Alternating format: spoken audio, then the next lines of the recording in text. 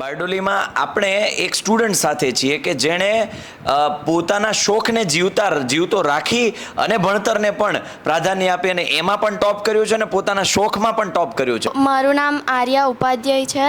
મારા 10thમાં હમણાં 98.90 પર્સન્ટાઇલ છે અને 94% છે. ઓકે, હવે તમારું રૂટીન શું હતું? હમણાં જ કહીશ શું શોખ એમાં એણે ટોપ કર્યું છે, હું કહીશ તમને, જોડાયેલા રહેજો. રૂટીન શું હતું દીકરા તારું? એટલે સવારે ઉઠીને સ્કૂલ હતી. સ્કૂલથી 12:30 જેવી હું આવતી હતી.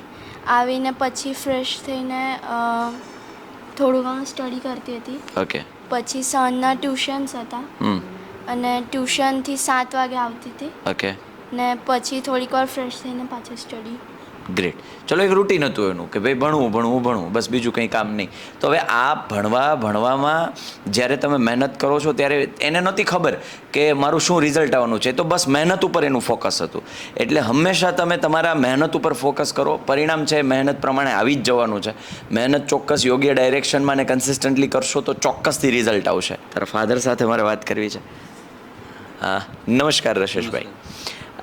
દીકરી આજે ટોપ કરી છે, શું ફિલિંગ શું છે? અને મેં એનું પરિણામ ધાર્યું પણ ન હતું, એના કરતાં ઘણું સારું એ લઈને આવી છે. ઓકે. અને મેં શોખની વાત કરી શરૂઆતમાં, એના વિશે તમે ખુદ માહિતી આપશો. મને માર્શલ આર્ટનો શોખ હતો. ઓકે. જે હું મારા પ્રોફેસરને કારણે પૂરો ન કરી શક્યો. બરાબર. એટલે એ શોખ મેં મારી છોકરીને મેં જાણ કરી કે તું માર્શલ આર્ટમાં જોઈન્ટ થા.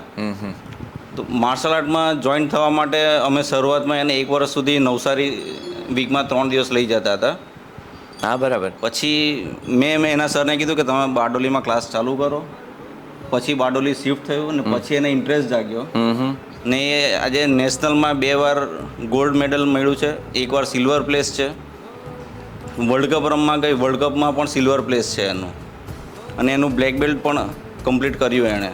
કે બ્લેક બેલ્ટ ધારક મારી બાજુમાં બેઠી, બ્લેક બેલ્ટ એમને ના આવે. એટલે બ્લેક બેલ્ટ એ માર્શલ આર્ટ્સના આઈ થિંક ટોપ લેવલનો અચીવમેન્ટ કહેવાય, રાઈટ? તો યસ, એ આ દીકરી છે એની પાસે છે.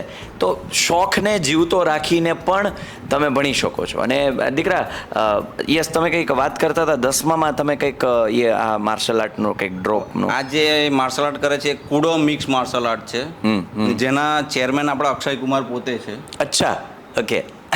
બરાબર. અને વિકી કૌશલે એને પ્રોત્સાહન પુરસ્કાર બી આપ્યું છે. ઓકે. હા હા હા. ને આ વર્ષે 10thને કારણે અમે એને ડ્રોપ અપાયું.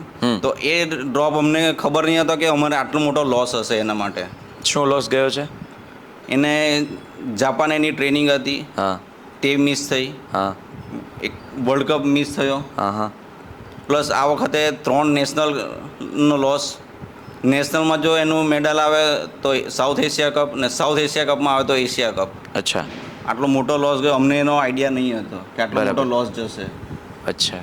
કે 10thને કારણે અમે એને ભણવા પર વધારે મહત્ત્વ આપ્યું. ઘણી બધી વખત આવું થતું હોય છે. ઘણા આમાંથી કદાચ આવા 100એ 1 કે 2 સ્ટુડન્ટ્સ હોય છે કે જે શોખને જીવતા રાખતા ભણતા હોય અને જ્યારે 10મામાં આ છોડી દે છે ભણવાની ગંભીરતાને કારણે, ત્યારે એ નુકસાની જતી હોય છે. ભણવાની સાથે સાથે સ્કિલ, તમારી અંદર જે ખૂબી છે, ખાસિયત છે, એને પણ જીવતી રાખજો, એને પણ મરવા ન દેતા. ભણો, ખૂબ મહેનત કરો, સાથે સાથે તમે જેમાં એક્સપર્ટ છો એ એક્સપર્ટીઝ પણ તમારી અંદરથી નાબૂદ ન થવી જોઈએ, એને પણ બરકરાર રાખો. તમે કીધું બાય મતલબ પ્રોફેશનના લીધે તમે એ પૂરું ન કરી શક્યા. શું છે બાય પ્રોફેશન? તમે? હું એઝ અ રેડિયોગ્રાફર જોબ કરું છું. ઓકે. કે અમારે ઇમરજન્સી ગમે ત્યારે આવે છે. હા હા. તો એને કારણે એ બધું મેનેજ કરીને અમે એને લઈ જઈએ. રેડિયોગ્રાફર મતલબ ડિટેલમાં અમારી ઓડિયન્સને સમજાવો. સિટી સ્કેન ને MRI જે કરે છે. સિટી સ્કેન, એક્સરે, MRI જે આખું હેન્ડલ કરતા હોય, જે મશીન ઓપરેટ કરતા હોય અને જે એનાથી ડિટેક્ટ કરી અને જે કંઈ પણ સોલ્યુશન આપતા હોય, એ પ્રમાણેનું કામ છે એ રશેશભાઈનું છે. તો એના લીધે થઈ અને તમે એ કામ મતલબ જે માર્શલ આર્ટ છે એમાં આગળ ન વધી શક્યા, પણ દીકરીએ આજે મારું નામ રોશન કર્યું છે. શું ટિપ્સ શું આપીશ સ્ટુડન્ટ્સને? ટિપ્સમાં તો આવનારા 10માના વિદ્યાર્થીઓ છે કે એવી કોઈ બાબત કે જે ધ્યાન રાખવા જેવી છે, તમે ભૂલ ન કરતા? એટલે પેપર પ્રેક્ટિસ વધારે કરવી પડે. બરાબર. નહીં તો પછી પેપર પ્રેક્ટિસ નહીં હોય તો પેપરમાં બધું છૂટી જાય. બરાબર.